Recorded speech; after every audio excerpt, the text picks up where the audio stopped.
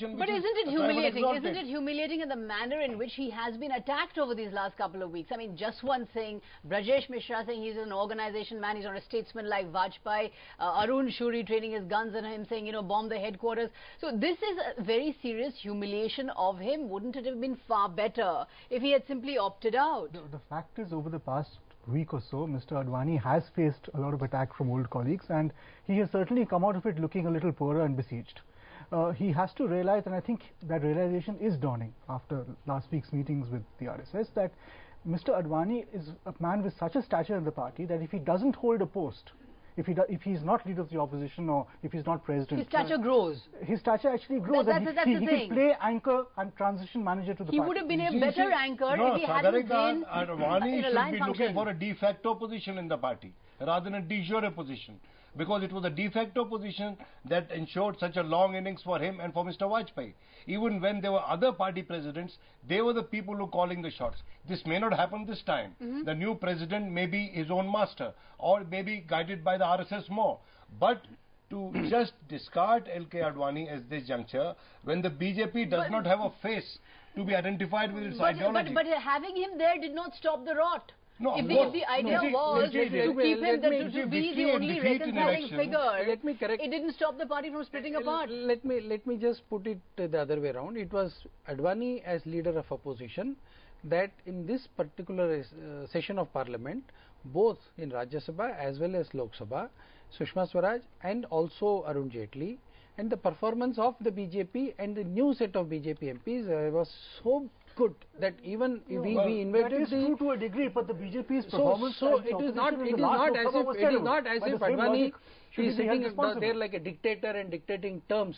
It was not that. The issue is that we had an unprecedented political campaign. We've never had a so-and-so for PM kind of campaign in this country before. For the first time, we had an LK Advani for PM campaign. We've not had a Indira Gandhi for PM campaign. I mean, it was understood that she was, but this time we had a presidential kind of a campaign. Right. And therefore, it was he had the moral obligation to take responsibility. It's an issue of political morality. It's an issue of political morality, and I think that if he had done that, he would have had the moral reservoir, and he could have been the adjudicator in all these factional squabbles. Instead, you only have the RSS now. It's a takeover by Jhandewala. The fact that he had the moral courage and authority to say that it is my error and I am quitting. He had that. It was his colleagues and also the RSS. Mind you, even today the RSS has not said that you have to go, and that is not the business of the RSS. To be fair, as Mohan Bhagwat said, it is not the business of the RSS also. RSS has made it very clear. They told him if you want to go, you're free to go. They didn't stop him either. I think that and Mohan Bhagwat has himself come out with criticisms of Advani, saying there should be a younger leadership. In the party. He said there should be a younger leadership. That is exactly he has said that in the RSS the age limit is only so. Advani, we are not discussing Advani as the president of the party. Why is he not doing that? Is it because he's failing to realize, perhaps on some level, you know, we've spoken about this before, that he represents a kind of Hindutva, a kind of sort of combative, communal kind of politics, which is not fitting right now. He's an exemplar of a different kind of politics of 80s and 90s. I don't think it's ideological or philosophical. I think it's an old Indian trait. Frankly, a lot of us don't know when to retire. Right. No, is that what it is? Sunil Gavaskar. I have to quote Sunil Gavaskar. He said you have to retire when people ask you why are you retiring, not why are you not retiring. May I come in here? I think it's his defeat. Had he won, I mean, there would have been no questions asked about, nobody would have pointed out that he was 82 and going on to be 85 when he, you know, the term ended. Right. It's different. So, you know, what's coming across is lust for power. What's coming across is greed for an office, and that's not Advani. Why should he place himself? It is LK Advani who, at the height of his popularity, when it was decided that he will be the Prime Minister, it was Advani who announced in Bombay that not me, but it is Atal Bihari Vajpayee who will be the Prime Minister. No, but is this man greedy? To be fair, is this man greedy?